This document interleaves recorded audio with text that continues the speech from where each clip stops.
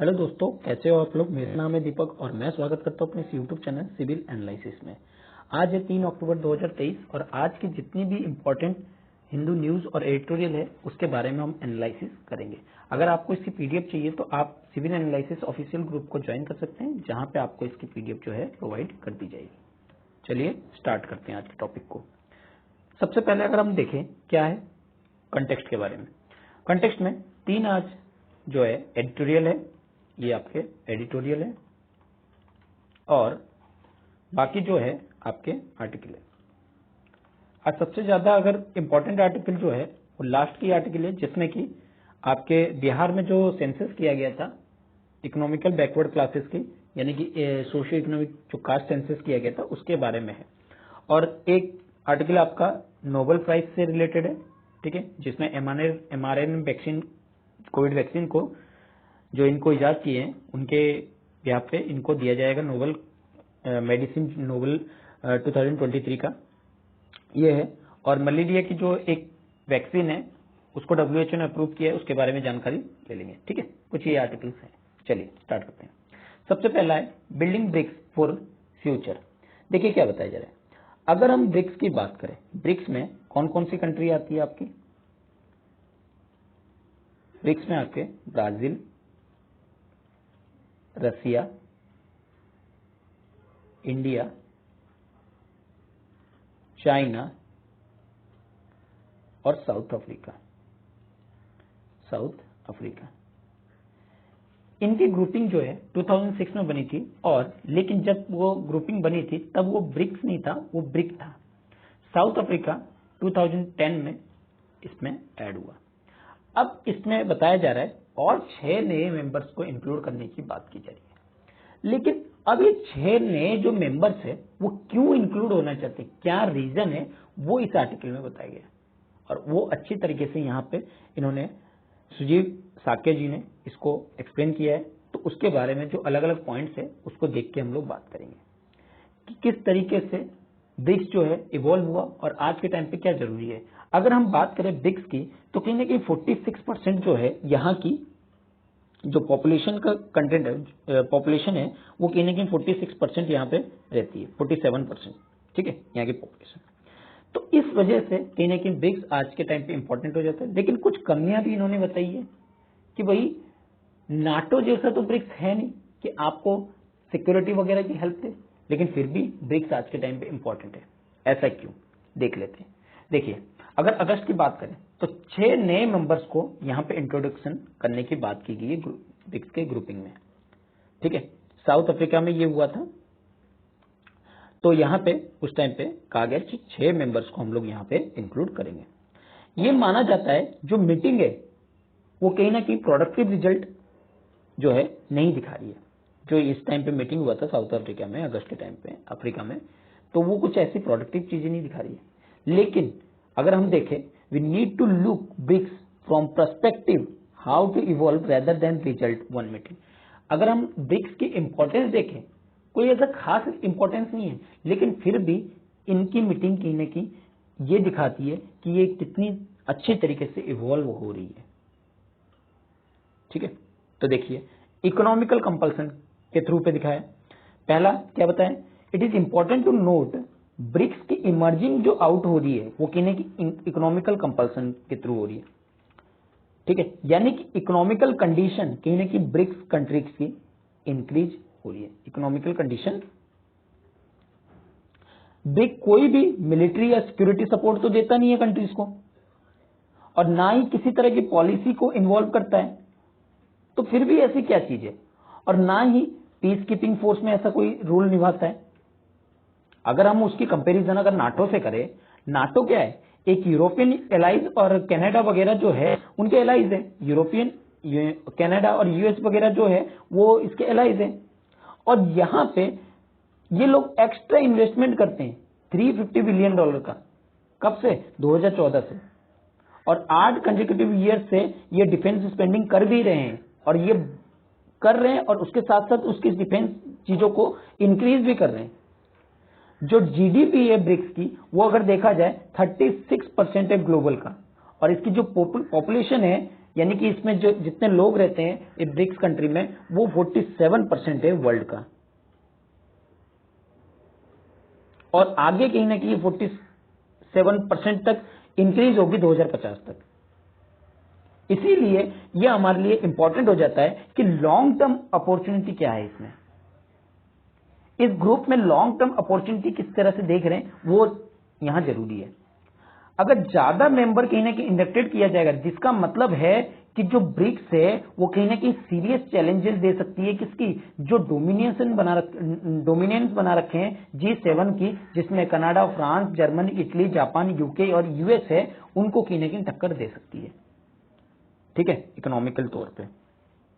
अब दूसरी बात का है, दूसरी क्या कह रहे हैं, दो मेंबर ब्रिक्स के, एक इंडिया और एक चाइना, दोनों अगर एक साथ हो तो ये 1/3 है वर्ल्ड के पॉपुलेशन के, और दोनों ही कंट्री कहीं ना कहीं फास्ट ग्रोइंग इकोनॉमिक्स है, और ये एक्सपेक्ट किया जा रहा है कि टॉप 3 इकोनॉमिक की वर्ल्ड की में जब अगर बात की जाए तो इनका नाम कहीं ना कहीं टॉप 3 में रहेगा, यानी कि पहले यूएस, फिर चाइना, अगर फिर इंडिया।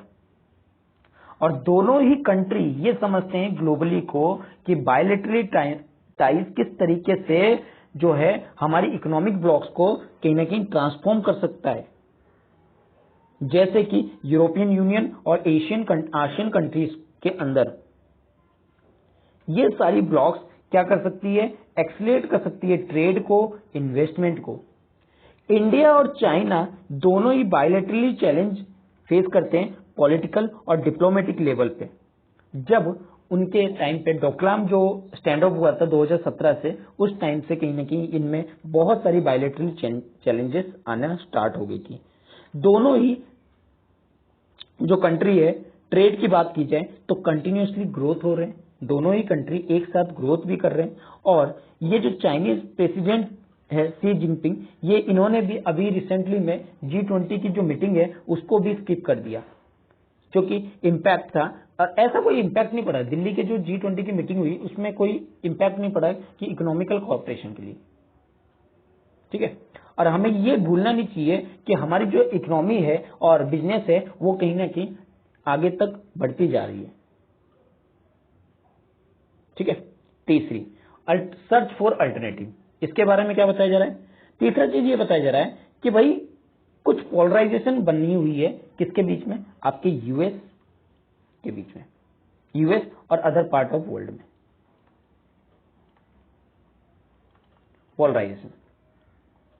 पोलराइजेशन का मतलब क्या है कि भाई वर्चस्व जो है एक ही कंट्री का, पूरे ग्लोब पे राज करने का सिर्फ एक ही का है। अभी सबसे बड़ा कौन है, सबसे ज्यादा इकोनॉमी किसकी डेवलप है, यूएस की।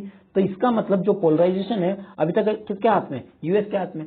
भाई यूएस कहता है इसके ऊपर सैंक्शन लगा दो, तो सारी कंट्रियां तैयार हो जाती है, हाँ भाई हम इस पे सैंक्शन लगाएंगे, हम इनसे कोई चीज नहीं खरीदेंगे। तो इसका क्या है, पोलराइजेशन बना हुआ है यूएस का। तो ये कहीं ना कहीं किस वजह से, इनके एडमिनिस्ट्रेशन की वजह से। बहुत सारी कंट्री को जब ट्रंप एडमिनिस्ट्रेशन थे तो उस टाइम पे इस तरह की जो चीजें हैं हमें देखने को मिले थे, और बहुत सारी कंट्री कहीं ना कहीं इस इश्यूज से जो यूएस की जो स्टैंड रहती है, जिससे कि चाइना से रिलेटेड कि चाइना को भाई पूरी तरह से बॉयकॉट करनी है, चाइना की प्रोडक्ट नहीं खरीदनी है, इस तरह की चीजों से भी कहीं ना कहीं बहुत सारी कंट्री को इश्यूज होती है।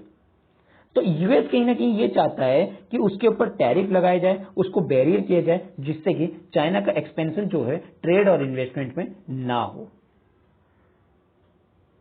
चाइना क्या कह रहा है कि भाई अपने इंफ्रास्ट्रक्चर को, कम्युनिकेशन इंफ्रास्ट्रक्चर को, इलेक्ट्रिकल मोबिलिटी को कहीं ना कहीं इंक्रीज कर रहा है, और उसके वजह से कहीं ना कहीं जो यूएस का जो पोलराइजेशन लेवल है वो डाउन की तरफ होते जा रहा है, जिसके वजह से ये यूएस को कभी पसंद नहीं आएगा। ये एक्सपेक्ट किया जा रहा है कहीं ना कहीं यूएस जो है इसको चाहता है कि वो इसके मार्केट को खराब करे, वर्स करे। इसीलिए कंट्री जो है वो चाहते हैं कि चाइना के साथ किसी अदर प्लेटफॉर्म में इंक्लूडेड हो। तो ब्रिक्स एक अच्छी अपॉर्चुनिटी है चाइना के लिए, अदर कंट्रीज के लिए, कि वो चाइना के साथ वहां आके एंगेजमेंट जो है कर सकते हैं। ब्रिक्स मीटिंग ग्रुपिंग की बात करें, चाइना यहां पे कोई डोमिनेटिंग प्लेयर नहीं है, क्योंकि यहाँ पे बहुत सारी डेमोक्रेटिक कंट्री है जैसे इंडिया, साउथ अफ्रीका और ब्राजील कहीं ना कहीं यहाँ काउंटर वेट भी प्रोवाइड करते हैं, यानी कि इनका भी इक्वल वेट है, जिसके वजह से ब्रिक्स जो है अभी तक सही से सर्वाइव कर रहा है। उसी प्रकार अगर हम देखें रेफ्यूजी जो कि यूरोप में ट्रीट किया गया किस तरीके से, उनको पॉजिटिव पर्सपेक्टिव नहीं दिया गया वर्ल्ड में, उनको कहीं ना कहीं उनकी कितनी जो रेफ्यूजी है उनको अफ्रीकन अपने आप छोड़ा गया, ठीक है। तो वो देखा जा रहा है कि किस तरीके से रिफ्यूजी जो चीज है वो कहीं ना कहीं इंक्रीज हो रहा है ग्लोबली तौर से। कंट्री जैसे कि यूएस वगैरह जो है वो फ्लॉटेड करते हैं वर्ल्ड ऑर्गेनाइजेशन को, वो अपना ही रूल रेगुलेशन चलाते हैं, उनमें पैलेनाइज करते हैं, उनकी मेंबर्स को अपॉइंटेड नहीं करते। अभी हमने आर्टिकल देखा था जैसे 2 दिन पहले।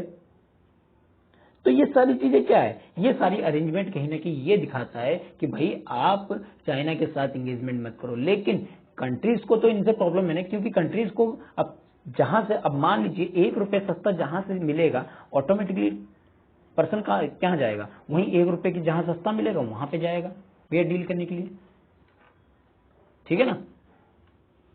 तो ये जो सर्च ऑफ अल्टरनेटिव है ये नॉन अलाइनमेंट मूवमेंट को कहीं ना कहीं टैकल करता है। नॉन अलाइनमेंट मूवमेंट के साथ चला जो कि टैकल कर रहा था कोल्ड वॉर के चैलेंजेस को, और उसने कहीं ना कहीं नई ऑर्डर को कहीं ना कहीं जन्म दिया।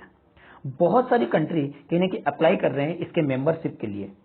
6 नए मेंबर को कहीं ना कहीं इंडक्ट करने की बात की गई लास्ट मीटिंग में, जिसमें ब्रिक्स की ग्रोथ होगी और बहुत सारे ट्रेड, बिजनेस और इन्वेस्टमेंट प्रोटोकॉल जो है बनाए जाएंगे, और साथ ही अलग अलग तरह के फ्री ट्रेड अरेंजमेंट्स और इकोनॉमिक ब्लॉक्स जो है तैयार किए जाएंगे। चौथी चीज क्या बताया जा रहा है, यूएस डॉलर जो है डोमिनेट है कहां पे, ग्लोबल करेंसी में, ठीक है, बहुत समय से। तो अब ये देखा जा रहा है कि भाई इसके ऊपर कहीं ना कहीं लगाम लगाने की बात है। पीपल जो है, लोग जो है अब ऑथराइज कर रहे हैं अलग अलग करेंसी को, ठीक है, अलग अलग करेंसी को, जैसे डिजिटल प्लेटफॉर्म में बहुत सारी कंट्री कहीं ना कहीं डिजिटल करेंसी को यूज करने के लिए फ्यूचर की तरफ बढ़ रही है। फ्यूचर में कहीं ना कहीं इनको पता है कि डिजिटल करेंसी कितनी इंपॉर्टेंस बनने वाली है, और दोनों ही इंडिया और चाइना कहीं ना कहीं इसके ऊपर प्रोग्रेसिव तरीके से काम कर रहे हैं, ठीक है, और वो भी यूएस और यूरोप की तरह कंधे से कंधे मिलाकर काम कर रहे हैं। दोनों ही इंडिया और चाइना कहीं ना कहीं अपने ट्रेड को पुश करने का काम करते हैं, इन्वेस्टमेंट को बढ़ाने का काम कर रहे हैं, और दोनों ही बिजनेस जो है उनकी करेंसी जो है उन्हीं की करेंसी में बिजनेस करने का भी काम कर रहे हैं। जैसे कि हम रसिया से, चाहे वो करेंसी स्वैप हो, या हम श्रीलंका से, ठीक है, तो इस तरह की जो है हम लोग इन्वेस्टमेंट कर रहे हैं। तो ब्रिक्स अपनी करेंसी में पुश करने का काम करता है और एक अल्टरनेटिव तरीका ढूंढता है, किससे, डॉलर के मुकाबले। यानी कि इंडिया और चाइना जो चाहे वो लॉन्ग टर्म जो है अगर इच्छा रखते हैं कि वो अपने करेंसी के साथ ट्रेड करेंगे तो वो कर सकते हैं, ठीक है, जिससे कि हमें यूएस डॉलर से कहीं ना कहीं फ्रीडम थोड़ा सा बच सके।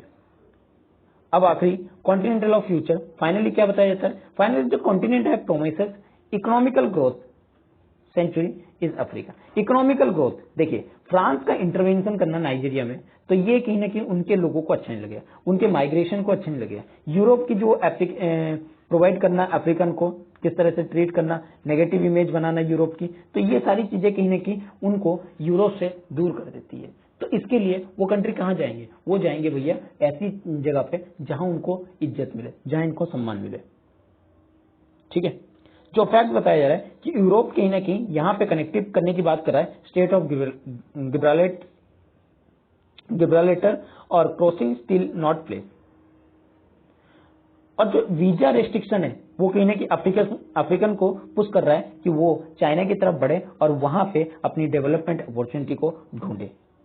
ये सारी पोटेंशियल कहीं ना कहीं चाइना में भी है, और जो यूएस प्रोवाइड कर रहा है वो पोटेंशियल कहीं ना कहीं चाइना में और इंडिया में है। तो इसीलिए वो अल्टरनेटिव ढूंढ रहे हैं कि वो G7 को हटके वो जो आपकी ब्रिक्स की ग्रुपिंग है उसमें जुड़ सके। ब्रिक्स जो है दोबारा से ही अपने नई सबमिट को कहीं ना कहीं अरेंजमेंट, न्यूज आ रही है कि नई सबमिट जो है वो दोबारा से ही अरेंज करेगा, और यहाँ सबमिट में कहीं ना कहीं प्रोवाइड करेगा इनकी बिल्डिंग ब्लॉक्स को, जैसे डिफरेंट नेटवर्क की जो कि आने वाली है काम में, ठीक है, इन सब चीजों पे कहीं ना कहीं काम करेगा, ठीक है। चलिए। आगे बढ़ते हैं अगले आर्टिकल की तरफ। अगला आर्टिकल है capturing the rain, India needs all weather insurance against varies of global climate. देखिए क्या बताया जाए, अगर हम 2018 की बात करें, इंडिया की ना की डेफिसिट मानसून रहा है 2018 से। अगर जून से सितंबर की अगर इस साल की बात की जाए, इंडिया ने 82 सेंटीमीटर की रेनफॉल जो है गेन किया है, और जिसमें जो कि 6% है 89, यानी कि जो अप्रोक्स नॉर्मल रेनफॉल कहा जाता है 89 सेंटीमीटर होना चाहिए, लेकिन हुआ कितना है 82, यानी कितने परसेंट का कम है 82 सेंटीमीटर, तो कितने परसेंट का कम है, यानी कि 6% का कहने की लोअर है। ठीक है, जब अप्रैल की शुरुआत हुई थी तो ये इंडिकेशन मिल रहा था कि मानसून इस बार ठीक आने वाली है, क्योंकि एल नीनो कहीं ना कहीं हॉरिजन पे है, यानी कि हमारी तरफ ला नीनो बढ़ने वाला है। ठीक है, लेकिन ये साइक्लिक वार्मिंग कहीं ना कहीं सेंट्रल और ईस्टर्न पैसिफिक को कॉरेस्पॉन्डिंग डिक्लाइन हुआ रेनफॉल में, कहीं ना कमी आई, और जिसके वजह से जो इंडिया के ऊपर जो रेनफॉल है उसमें डिक्लाइन आई, और पर्टिकुलरली कहां पे, नॉर्थ वेस्ट के साइड पे। अगर बात की जाए 2019 और 2022 के बीच में इंडिया का जो मानसून है वो कहीं ना कहीं सिग्निफिकेंटली इंपैक्टेड हुआ है उनकी अलग अलग फिनोमिना से, जैसे कूलिंग ऑफ ला नीना की वजह से, ला नीना के ठंडे पड़ जाने के कारण से इनके अंदर बहुत ज्यादा इंपैक्ट हुआ, सिग्निफिकेंट इंपैक्ट जो है पड़ा। ठीक है, कुछ टाइम तो ये देखा गया कि एबोव नॉर्मल रेनफॉल भी हुआ है, लेकिन ये मैट्रिक्स एक्सपेक्टेड क्या करता है कि नॉर्मल मानसून जो है 2023 में जो है वो कहीं ना कहीं थमसी गई है, जबकि ये एक्सपीरियंस किया जा रहा है जो मानसून है इस साल का वो कहीं ना कहीं फार फ्रॉम ऑर्डिनरी रहेगा, यानी कि जितना होना चाहिए उससे काफी दूर ही रहा है। लगभग 9% की जो कंट्री की जो एक्सेस रेनफॉल होनी चाहिए विथ 18% गेटिंग डेफिशिएंट हो गया है रेस्ट ऑफ कंट्री में नॉर्मल रेनफॉल से। ठीक है, एक तरफ देखा जा रहा है कि अगस्त की जो second most important monsoon month कहा जाता है उसमें पोस्टेड है थर्ड लेस इट्स नॉर्मल से तीसरी बार कम वर्षा हुई है। बहुत सारे स्टेट अगर नॉर्थ इंडिया की देखा जाए तो एक्सपेक्टेड किया जा रहा है वहां पे मिनिमल रेनफॉल हुआ है, जैसे कि आपके बहुत सारे नॉर्दर्न एरिया के, जैसे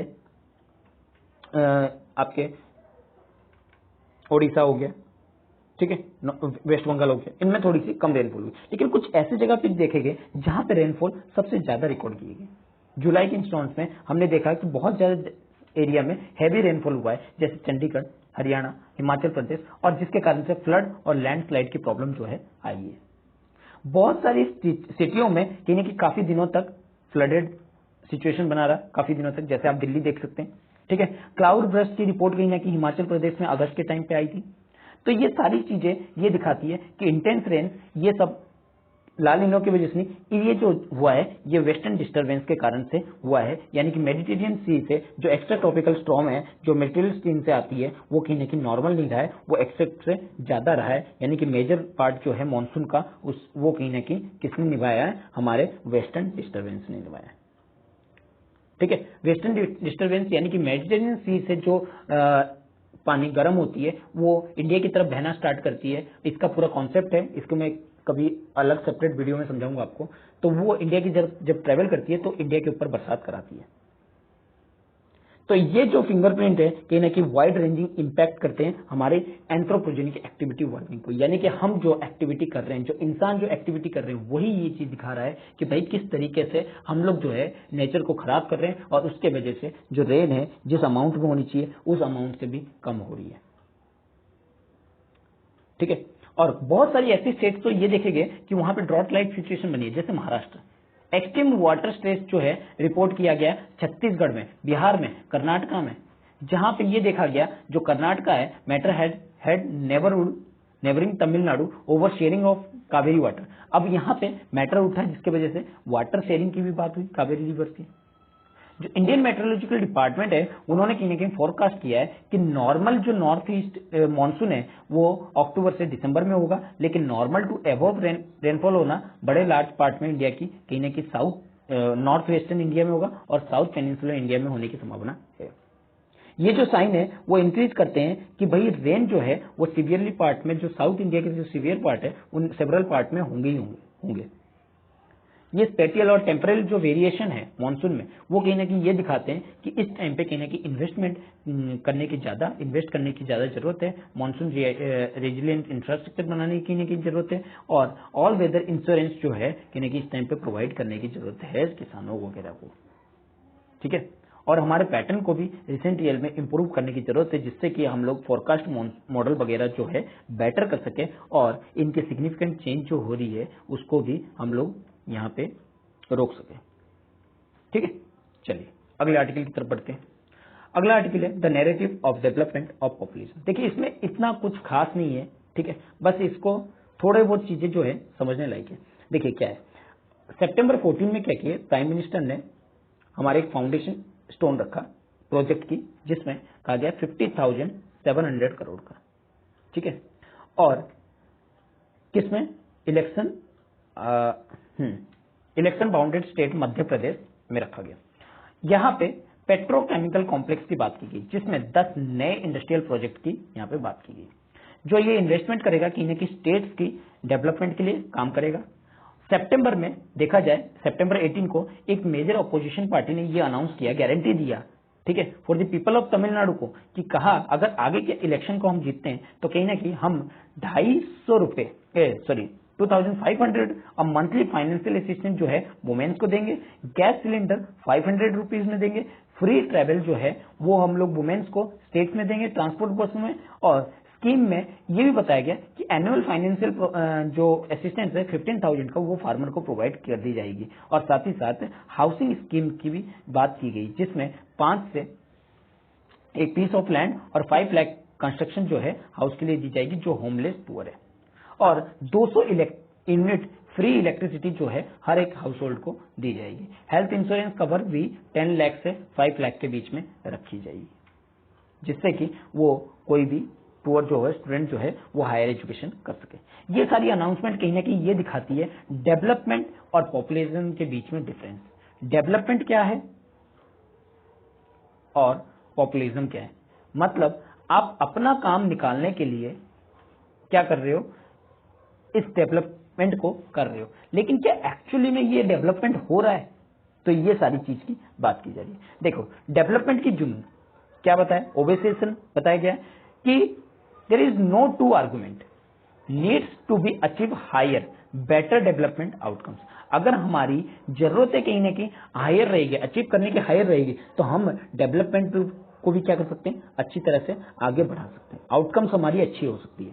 लेकिन यहां पे सबसे पहली चीज है एसेस करने की इसके ट्रेजेक्टरी को, इनके इंक्लूसिवनेस को, कि ये जो वेलफेयर है वो सस्टेनेबल है या नहीं है।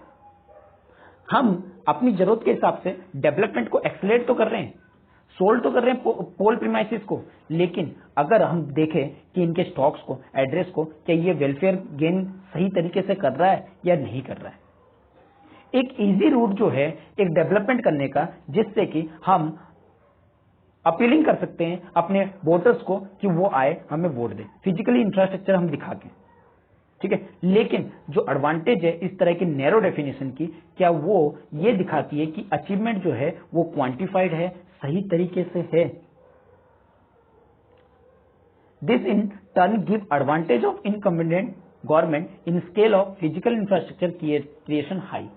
जो अपोजिंग पार्टी पॉलिटिकल पार्टीज है वो भी कहीं ना कहीं ये बताती है कि promises as even higher scales of infrastructure creation voted to power.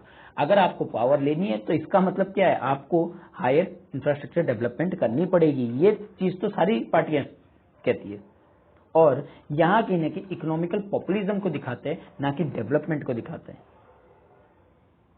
ठीक है, अगर हम बात करें इक्विटिंग डेवलपमेंट की, तो यहां पे हम बहुत सारे मेगा इंफ्रास्ट्रक्चर को हम लोग देखते हैं, और वो कहीं ना कहीं बहुत सारी ऐसी चीजें होती है हमारे लिए डेंजरस भी हो जाती है। पहली बात अगर बात करें हम लोग कुछ ऐसे प्रोजेक्ट की जो स्पेसिफाइड है ज्योग्राफिकल लोकेशन के लिए, लेकिन क्या वो रियलिस्टिक में लॉन्ग टर्म इंपैक्ट डालती है। आप जोशीमठ का एग्जाम्पल ले लीजिए, आप जो हिमाचल का एग्जाम्पल ले लीजिए, आप दिल्ली का ही रिसेंटली एग्जाम्पल ले लीजिए। क्या जो नालियां वगैरह बनी है क्या ठीक तरीके से बनी है, क्या लॉन्ग टर्म इंपैक्ट दे पा रही है। तो क्या इसमें इन्वायरमेंटल कंसिक्वेंस नहीं आ रहे, इम्प्लीकेशन जो है लाइवलीहुड जो अभी प्रेजेंट कर रहे हैं, क्या फ्यूचर जनरेशन के लिए वो सही रहेगी? दूसरी, इसके मैकेनिज्म, जो हम फाइनेंस मेगा इंफ्रास्ट्रक्चर में खर्च कर रहे हैं इतना ज्यादा पैसा, ठीक है, बिना हम कोई ये टाइम फ्रेम देखे या कॉस्ट इवन रन को इसको एसेस किए बिना, क्या ये हमारे लिए सही है? क्या इसके लिए हमारे ऊपर फिजिकल बर्डन जो है वो नहीं बढ़ रहा है? तो ये सारी बात कहने की निकल के आती है। अगर हम बात करें जुलाई 24 से लेके जुलाई 10 के बीच में 2030 में, तो 41 लैंडस्लाइड कहीं ना कहीं आए हैं। यहाँ पे 2 एग्जाम्पल बताए गए। 29 जून से जुलाई 10 के बीच की बात बताया जा रहा है। 29 फ्लैश फ्लड आए जिसमें क्लाउड ब्रस्ट भी हुआ है, कहां पे? आपके हिमाचल प्रदेश में, और लगातार बरसात भी होती जा रही है। तो ये सारे इवेंट क्या दिखाते हैं? क्लाइमेट क्राइसिस को दिखाते हैं कि भाई हिमाचल जो है एक्टिव पार्टिसिपेट कर रहा है डेवलपमेंट में, कंस्ट्रक्शन में, बहुत सारी हाईवेज बना रहा है, रोड बना रहा है, कनेक्टिंग कर रहा है अलग अलग टूरिस्ट लोकेशन को। लेकिन माउंटेन रीजन क्या है? फ्रेजाइल है, यहां अनप्लान्ड अर्बनाइजेशन हो रही है। वहीं उत्तराखंड की बात करें, यहां पे बड़े डिजास्टर 2013 में देखा गया, और उसके बाद भी यहां पे इनसे हमने जो सीखा, उसके अलावा भी गवर्नमेंट यहां पे रीबिल्ड करने का काम कर रही है, हाईवे प्रोजेक्ट बना रही है, 4 धाम यात्रा रोड वगैरह बना रही है। तो ये सारी क्या है? अभी रिसेंटली में अगर देखा जाए, प्रोजेक्ट मेगा इंफ्रास्ट्रक्चर की डेवलपमेंट सिंबल इन्वायरमेंटल रिजल्टिंग, जिसके वजह से इन्वायरमेंटल डिजास्टर जो है बन रहा है। ये सारी जो कॉस्ट है, the cost of such disaster is not one time easy route development of election of policy design. दूसरी, to assess of physical burden, physical burden की क्या पड़ रहा है, ये भी एसेस करना जरूरी है, ठीक है। तो ये सारी चीजों को बताया जा रहा है। आगे बात करते हैं स्पेस ऑफ पॉपुलेशन, क्या बताया जा रहा है? पॉपुलेशन जो है 2 डायमेंशन है, एक पॉलिटिकल तौर पे, एक इकोनॉमिकल तौर पे, ठीक है। तो यहां पे एक इकोनॉमिस्ट है, वो क्या बता रहे हैं? डैनी रॉड्रिक बता रहे हैं, political economist of Harvard university के, the distinct trait of population is that claim to represent and speak of for the people. जो डिस्टिंक्ट ट्रेट है पॉपुलिज्म का, ये क्लेम करता है कि वो क्लेम टू रिप्रेजेंट, अपने रिप्रेजेंट को क्लेम करता है, और ये कहता है लोगों से कि which assume to unify common interest, जिसमें लोगों की कॉमन इंटरेस्ट है उसके बारे में बताता है। ये जो कॉमन इंटरेस्ट है पॉपुलर विल की, वो क्या है? Against the enemies of people, minorities and foreign in case of right wing of populism. यानी कि अगर आप कुछ लोगों के फेवर में काम करोगे तो कुछ एनिमीज जो है वो बनेंगे, ठीक है। Since they claim represent the people at large, populist award restrain the political executive. अब देखिए, इनके वजह से आप पॉपुलिज्म काम तो करते हैं, पॉपुलिस्ट काम तो करते हैं, लेकिन बहुत सारे पॉलिटिकल एग्जीक्यूटिव के काम में अड़ंगन भी लगाते हैं।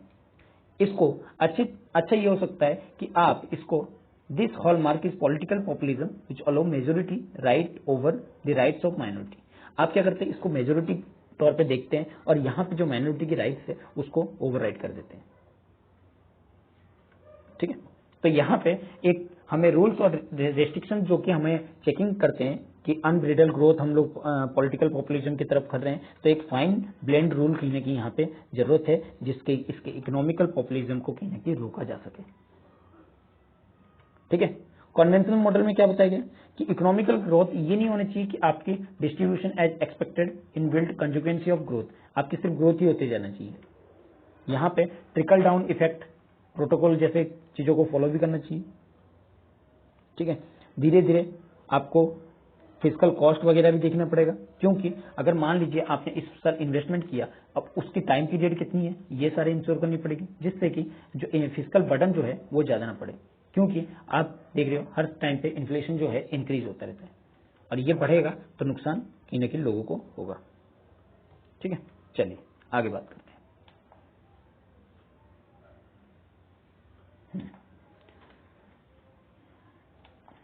अगला आर्टिकल है NMC inspect find 246 medical college without adequate number of faculty. देखिए क्या बताया, जैसे कि मैंने बताया था कि लास्ट जो आर्टिकल था पिछले 2 दिन के, आई थिंक कल के आर्टिकल में मैंने बताया था कि भाई जो मेडिकल कॉलेज है, अगर वो रूल्स एंड रेगुलेशन को फॉलो नहीं करते तो उनके ऊपर जुर्माना जो है 1 करोड़ की मॉनेटरी पेनल्टी जो है लगाई जाएगी। तो यहाँ पे एक असेसमेंट हुआ एन असेसमेंट ऑफ 260 कॉलेजेस का under graduate medical education board के द्वारा नेशनल मेडिकल कमीशन ने इसको करवाया। तो क्या पाया कि no medical college had adequate number of faculty member, यानी कि फैकल्टी मेंबर ही नहीं है, सीनियर रेजिडेंट स्टूडेंट नहीं है, ठीक है, या सीनियर रेजिडेंट्स, या all college fail to meet 50% of attendance requirement, ये भी फेल कर जा रही है। तो ये असेसमेंट क्या दिखाती है, और ये असेसमेंट कब की है भैया, एकेडमिक ईयर 2022-23, यानी कि रिसेंटली है। रिसेंटली ये देखा जाता है कि जो एनएमसी है उन्होंने इंट्रोडक्शन किया है जो मॉनेटरी पॉलिसी 1 करोड़ का, जिससे कि इनके नॉर्म्स और स्टैंडर्ड को कहीं ना कहीं सेट किया जाता है, उस स्टैंडर्ड को सेट ही नहीं कर पा रहे। तो मेडिकल एजुकेशन, ये एक्सपर्ट अब ये कह रहे हैं कि क्यों ये जो परमिशन है ग्रांटेड किया है इस तरह की एनएमसी ने to all colleges in first place, पहली प्लेस पे क्यों रखा गया है, क्योंकि अभी वो इस चीज को नहीं कर पा रहे, उनके लिए कुछ ऐसी क्राइटेरिया होनी चाहिए कि वो धीरे धीरे इस चीज को कर सके। ये चीज रखा गया है, maintain quality of medical education and important safe guard health common people, यानी कि लोगों की अच्छी सेहत बने और अच्छी एजुकेशन जो है बच्चों को मिले, इस वजह से क्या किया गया, इन कॉलेजों को जो है इस तरह के कदम जो है, स्टेप्स जो है लिए गए। ठीक है, जो इक्विवेलेंट, ये जो कहा जाता है कि नॉन एडरेंस ऑफ स्टैंडर्ड, कोई भी अगर स्टैंडर्ड्स को फॉलो नहीं करता, इसका मतलब वो इक्विवेलेंट होता है, चीटिंग कर रहा है किसके, मेडिकल स्टूडेंट्स के साथ और साथ ही साथ पब्लिक के साथ भी। और इसको कहीं ना कहीं एक्सपर्ट जो है कह रहे हैं कि social media how to notice the teacher as not available in college, कि किस तरीके से यहाँ पे सोशल मीडिया जो है ये दिखाती है कि यहाँ पे टीचर्स की अवेलेबिलिटी नहीं है। अब बात करते हैं इमरजेंसी मेडिसिन। अभी रिसेंटली अगर बात की जाए, कमीशन ने ये कहा है जो none of the institution inspected bye it had student visit the emergency department regularly, कोई भी ऐसा इंस्टीट्यूट नहीं है जिसमें इंस्पेक्ट होता है कि भाई स्टूडेंट जो है इमरजेंसी डिपार्टमेंट में रेगुलरली विजिट करे। हमें पाया गया कि कोई भी स्टूडेंट जो है इमरजेंसी मेडिसिन डिपार्टमेंट में रेगुलरली नहीं जाता है, क्योंकि there is no one of department interact with them, कोई भी डिपार्टमेंट उनके साथ इंटरेक्ट ही नहीं करता है, कैजुअलिटी मेडिकल ऑफिसर भी नहीं। तो ये कहीं ना कहीं उनके सीखने में, उनके जो मेडिकल स्टूडेंट है उनके सीखने में कहीं ना कहीं प्रॉब्लम क्रिएट होती है। ठीक है, चलिए आगे बढ़ते हैं। अगला आर्टिकल है WHO approve use of malaria vaccine with adjuvant tech. देखिए R21 मैट्रिक्स M, ध्यान रखना ये मलेरिया वैक्सीन है जो किसने डेवलप किया, university of Oxford and serum institute of India की। ठीक है, तो ये ध्यान रखना, ये इंपॉर्टेंट है। R21 मैट्रिक्स या फिर मैट्रिक्स M क्या है, मलेरिया वैक्सीन है, मलेरिया वैक्सीन है। किसने इजाद किया है इसको, यूनिवर्सिटी ऑफ ऑक्सफोर्ड और सीरम इंस्टीट्यूट ऑफ इंडिया ने। ठीक है, यहाँ पे इसको WHO ने क्या किया है, अप्रूव दे दिया है। ठीक है, वर्ल्ड हेल्थ ऑर्गेनाइजेशन ने। ठीक है, इसकी सेफ्टी को ध्यान में रखते हुए, क्वालिटी को और इफेक्टिवनेस को ध्यान में रखते हुए मंडे को इसने अप्रूवल दिया है। और डिटेल साइंटिफिक रिव्यू जो है WHO इंडिपेंडेंटली तरीके से एडवाइजरी बॉडी बनाई है, जो स्ट्रेटेजिक एडवाइजरी ग्रुप एक्सपर्ट है, मलेरिया पॉलिसी एडवाइजरी ग्रुप है, वो malaria has been recommended for the use. ठीक है, ये सारी चीजें प्रोवाइड कर दी, और इसमें कोई खास इतना नहीं है जो आपको पढ़ने की जरूरत है। चलिए आगे बात करते हैं। अगला आर्टिकल है medicine Nobel 2023 goes to due to who paved the way for mRNA। देखिए 2023 की नोबेल प्राइज की बात की जाए तो फिजियोलॉजी या मेडिसिन की जो अवार्ड है वो हंगेरियन बायोकेमिस्ट कैटलिना कैरिको को जाता है, और उनके साथ American physician scientist Drew Weissman को जाता है। यहाँ पे अनाउंसमेंट जो है कर दी गई है मंडे को। जो रॉयल स्वीडिश एकेडमी के द्वारा ये जो अवार्ड दिए जाते हैं उसमें इनका नाम जो है रखा गया है, क्योंकि इन्होंने जो है discovering concerning nucleoside based modification that enable development of effective mRNA vaccine जो है कोविड-19 के द्वारा किया गया। इनके जो आधार है, इनका आधार जो है mRNA वैक्सीन जो है कोविड-19 के टाइम पे किया गया। ये डॉक्टर कैरिको जो है वो 13th वुमेन है जिन्होंने ये प्राइज को जीता है। ठीक है, टू विन द प्राइज, जो ये प्राइज जीते हैं। अगर बात की जाए साइटेशन की, जो मेंशन किया गया पेंडेमिक ये दिखाता है जो इफेक्टिव एमआरएनए वैक्सीन है वो कहीं ना कहीं इवोल्यूशन हुआ है ग्लोबल डिजास्टर की वजह से, यानी कि ग्लोबल डिजास्टर आया तभी हम इस तरह की चीजों को कहीं ना कहीं इजाद कर पाए।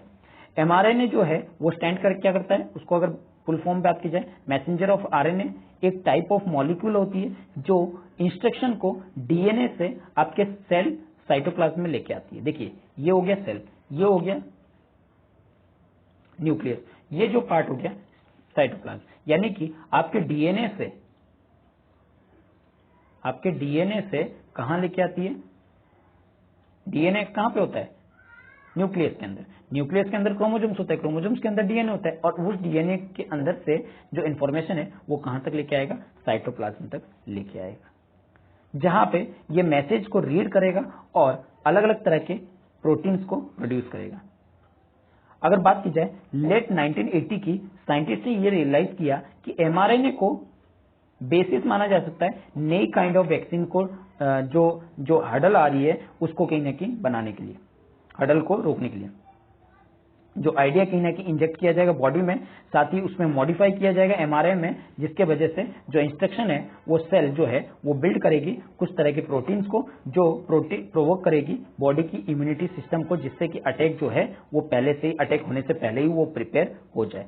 ये जो प्रोटीन है कुछ प्रोड्यूस करके किया जाएगा वायरस के द्वारा, जैसे कि स्पाइक प्रोटीन SARS-CoV-2 के द्वारा, लेकिन एमआरएनए वैक्सीन जो है, एमआरएनए जो है would have been survive its journey inside the body able to and the cell, जब तक वो सेल एंड नहीं हो जाता तब तक वो इनसाइड द बॉडी में एबल रहेगी। ठीक है, तो ये चीज बताया जा रहा है, और इसमें भी और भी बहुत सारी चीजें बताया जा रहा है। जो आरएनए है वो किससे बना हुआ था, स्मॉल मॉलिक्यूलर, जिसको बेसिस कहते हैं। इसको जो मॉडिफिकेशन है कुछ बेसिस पे किया गया सिंथेटिक एमआरएनए, और डिलीवरी टू द सेल किया जाता है, यानी कि सिंथेटिक किया जाता है, फिर इसको सेल में डिलीवर किया जाता है। सेल यहाँ पे प्रोएक्टिव तरीके से प्रोटीन को बनाता है, उसको मॉडिफिकेशन करता है, और फिर उसको जो they have found out how foreign mRNA जो है एंटर कर रहा है बॉडी में, और ये सेल जो है बिना अलार्मिंग बेल के सेटिंग ऑफ हो जाता है, और ये सारी चीजों को कहीं ना कहीं खुलासा किया है, जिसके वजह से इनको नोबेल पुरस्कार जो है प्रोवाइड किए गए। ठीक है, चलिए आगे बढ़ते हैं। अगला है last article, at 36% EBC largest group in Bihar so caste study. देखिए यहाँ पे काफी समय से ये रिपोर्ट निकल के आ रही थी कि वही सेकंड जो बिहार का सोशियो इकोनॉमिक कास्ट सेंसस जो है सेकंड कंडक्ट करवाया, उसके बाद फिर इसको रिपोर्ट आनी थी, लेकिन बहुत सारे मामलों में ये कोर्ट में रह जा रही थी। अब इसको रिलीज कर दिया गया 2 अक्टूबर में। तो यहाँ पे लोकसभा की इलेक्शन 2024 में होने वाली है, इससे पहले बिहार ने मंडे को ही अपने रिपोर्ट को, कास्ट सर्वे को रिलीज कर दिया है। ठीक है, और इसके तहत पे और भी बहुत सारे स्टेट्स ये चाहते हैं कि हम भी अपने यहाँ पे कास्ट सेंसस वगैरह जो है किए जाए, और ये चीज ध्यान में रखनी होगी कि जो कास्ट सेंसस है वो 50% का एक्सीड जो है वो पार ना करे। ठीक है, अगर बात की जाए कास्ट सेंसस में क्या बताया गया, जो ये रिपोर्ट ने ये बताया कि जो ओबीसी है वो कहीं ना कहीं 27.1286% जो है पॉपुलेशन जो है स्टेट्स की, वो कहीं ना कहीं ओबीसी है। जो एक्सट्रीमली बैकवर्ड क्लासेस है वो 36.0148% है। ठीक है, शेड्यूल कास्ट 19.65% है, और शेड्यूल ट्राइब जो है 1.6824 जो है वो है आपकी शेड्यूल ट्राइब। जो अपर कास्ट है वो कहीं ना कहीं 15.5224% है, और हिंदूज जो है 81.9986% है पॉपुलेशन के हिसाब से, और मुस्लिम जो है 17.7088% है। ठीक है, बस ये ध्यान में रखना है कि आपको कास्ट सेंसस किस लिए इंपॉर्टेंट होती है। कास्ट सेंसस की अगर बात की जाए, इससे हमें ये पता लगता है कितनी हमारी बैकवर्डनेस है, और उनके लिए हम लोग किस तरीके से स्कीम्स को इम्प्लीमेंट कर सकते हैं, किस एरिया में हम लोग कर सकते हैं, किस तरह के लोगों को इंक्लूड कर सकते हैं। ठीक है, और कितने लोग इसमें बेनिफिशियरी हो रहे हैं। ठीक है, लेकिन इससे एक चीज और पता लगता है कि भाई कास्ट सेंसस करने से लोगों के बारे में पता लग जाता है, यानी कि जो आस पड़ोस में कास्ट के बारे में नहीं पता है वो भी एक पता लगने का डर रहता है, जिनसे इनकी कास्ट क्या है, ये क्या है, तो उनसे क्या होते हैं फिर दूर होना स्टार्ट हो जाते हैं, यानी कि सोशल डिस्टेंसिंग इनके बीच में भी आने लगती है कास्ट की वजह से। ठीक है, कभी कभी ऐसा होता है कि कास्ट जानने के बाद वो लोग अपने बिरादरी से इसको बॉयकॉट भी कर देते हैं। तो ये चीज प्रॉब्लम आती है इनकी, चाहे मैरिज हो चाहे उनके एजुकेशन हो, हर किसी फील्ड में ऐसा प्रॉब्लम भी आता है। लेकिन कास्ट सेंसस बहुत सारे फायदे भी लाते हैं। देखिए हर चीज के अपने प्रोस भी होते हैं और कॉन्स भी होते हैं। ठीक है, चलिए, तो ये सारी चीजें बताया गया।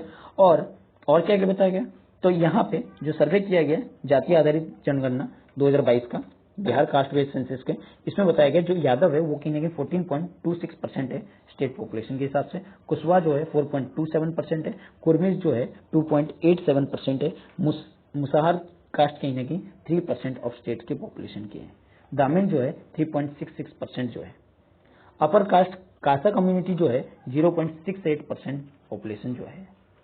ठीक है, तो ये सारी इंफॉर्मेशन प्रोवाइड की।